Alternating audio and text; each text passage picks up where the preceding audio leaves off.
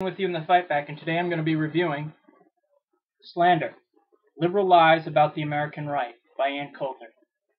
Ann Coulter is a best-selling conservative author and commentator who has written Treason and How to Talk to a Liberal If You Must.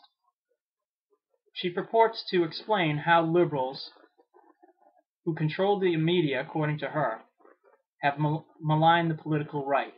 Now, there are a bunch of problems with her thesis. One, she makes sweeping generalizations about liberals, who she conflates with leftists, for one. Number two, she doesn't touch on corporate control of the media at all. First, on the generalizations about liberals. On page 28 of her book, Coulter claims hate is the coin of liberals. On page 13, ad hominem attack is the liberal idea of political debate. Yet, in just making these generalizations about liberals, she's doing the same thing that she claims they're doing. And you can find plenty of examples of how she does this throughout the book. Liberals hate America more than terrorists do. Liberals are a bunch of whiny people. You can find it in this book on pretty much every page. And by doing the exact same thing that she claims that liberals are doing to conservatives, it just makes this book into a dishonest rant. Now on to the liberal hold on the media. Coulter and other conservatives, whether Michael Savage, Glenn Beck, or Sean Hannity, say that the liberals control the media, lock, stock, and barrel. That they use this control to screw over conservatives wherever they get the chance. And let me tell you something. Slander was a best-selling book. Sean Hannity has had best-selling books. So has Glenn Beck. All these conservative commentators have been featured on whether on CNN, MSNBC, Fox, and newspapers across the country. I asked you, where's a communist who gets that type of exposure? Where? It's just a bunch of lies. And here's some other facts. She claims the media is democratic and liberal. Well, let's say Clinton was a liberal. Doesn't really seem that great, does it? Welfare reform, screwing over the poor. Yeah, that's really good. How about the war in Kosovo, another imperialist adventure of Bill Clinton? And what about supporting the death penalty? Well, you can claim liberals don't support that, or that liberals support that, fine. But as a communist, I don't. And let's say journalists are liberal. They work for corporations. Corporations which are a mainstay of capitalism. That's right, capitalism. The exploitation of the working class for profit. Profit. The profit system, which is self-expanding, that only stops when it runs up against its own limits. And the bottom line in that system is profit. Yes. So, why would a corporation try and undermine, if they're supposedly a communist corporation, I'm trying to figure that one out, undermine the basis of themselves? Why would they try to undermine the profit system without going under themselves? And let's say the reporter is liberal. Guess what? They work for somebody in a corporation. That editor determines what gets printed. And if it doesn't add up to cash, it doesn't get printed. If it questions the basic system, it's probably not going to get printed. Oh, I guess you can point out examples of how little bits of maybe communist or socialist thought get in there. But in general, you have liberals and conservatives arguing with each other within the basic confines of a system without questioning the premises of that system. And the only reason I can see that they let in outside voices is to pretty much say that, yeah, our system is pretty inclusive. Look, we let this communist in here, for maybe 2 seconds on a major news station. Here's something else, and I'm going to actually agree with Ann Coulter here. You may be surprised at that. She claims liberals question the intelligence of conservatives, Ronald Reagan, the Christian right, to name 3 examples. She's right. I've seen plenty of examples of that in my own personal experience.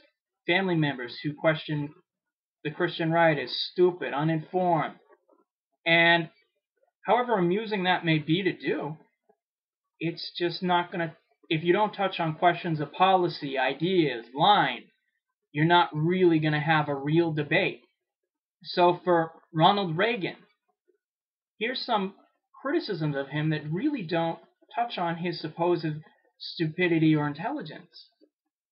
He supported death squads in El Salvador, Nicaragua, and Guatemala. He really didn't have much of a problem with Osama bin Laden when he was fighting the Soviet Union.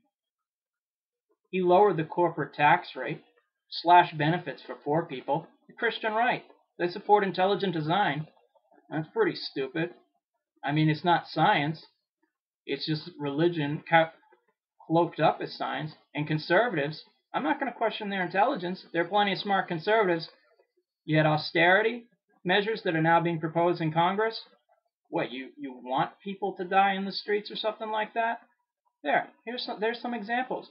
She points out liberal hypocrisy. Guess what? Liberals are a bunch of hypocrites, but so are conservatives. Conservatives who have no problem with George Bush's illegal wars, Iraq for one, have a big problem with Barack Obama's illegal wars, and vice versa. When Obama's pushing austerity, liberals don't really seem to have much of a problem with it.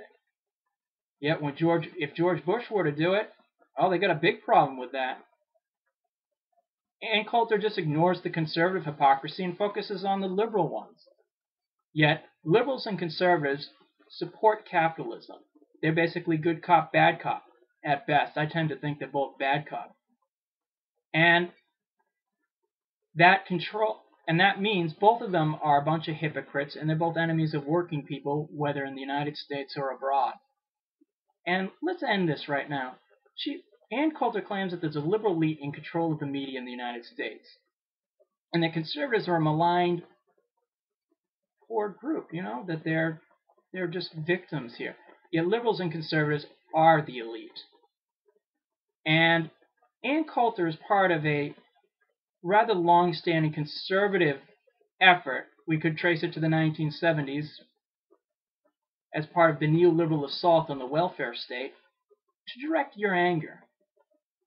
Instead of being mad about private control of the healthcare industry, well, let's be mad about Social Security. Let's also, instead of being mad about corporate control of the media, let's just be mad at liberal bias. And in the current debate in Congress on the budget, instead of worrying about how much influence the wealthy capitalist class has, well, we're just mad about entitlement spending. All those poor people on food stamps and Social Security, they're the problem, not the wealthy people who can control everything through their lobbyists and their congressmen. And Ann Coulter is part of the problem. She's a conservative. She supports this basic system of capitalism, and it's time for capitalism to go. Yeah, we need to protect Social Security. We need to protect benefits for poor and working people. Yet under capitalism, those benefits are always under threat. The solution is communism. That's right, communism. Now, Ann Coulter's book is a great example of a poor way to argue. You may find it entertaining, polemical, yet ultimately, the book doesn't hold water. This is Ina in with you in the fight back. Till next time.